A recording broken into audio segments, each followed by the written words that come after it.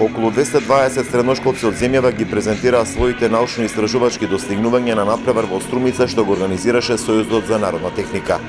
Учениците се надпреваруваа со проекти во 22 природни и научни дисциплини.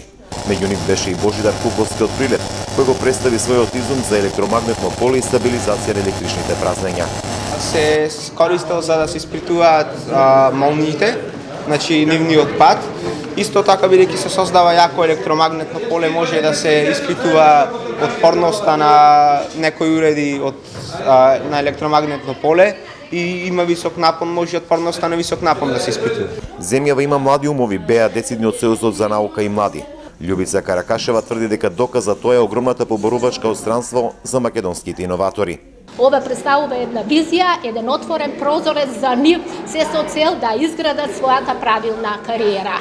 Имаме ли потенцијал? Имаме и текако многу значаен потенцијал во Република Македонија. Ние може да се пофалиме со сето тоа, затоа нашите деца сегде ќе ги бараат во странство. Значи посебни умови, иноватори, способни да го направат тоа и да го реализираат. Потребна е владина стратегија како да се задржат младите иноватори во земјава, истакна Зоран Тодоров од Сојузот на Сдруженијата на народна техника. Станува збор за средношколци, ќе треба многу да се вложи на тоа поле, ќе треба да ги задржиме тие деца тука со помош на Министерството за образование и наука и владата на Република Македонија. Огромен потенцијал има Република Македонија, само треба да ги насочиме децата правилно, малце повеќе средства, нормално што е потребно, за опрема на кабинети, опрема на училници, опрема на оние центри што ги потенцира пред малце. Надпреварот се одржа во средното училиште Димитар Влахов во Струмица, каде беа обезбедени сите услови за средношколците.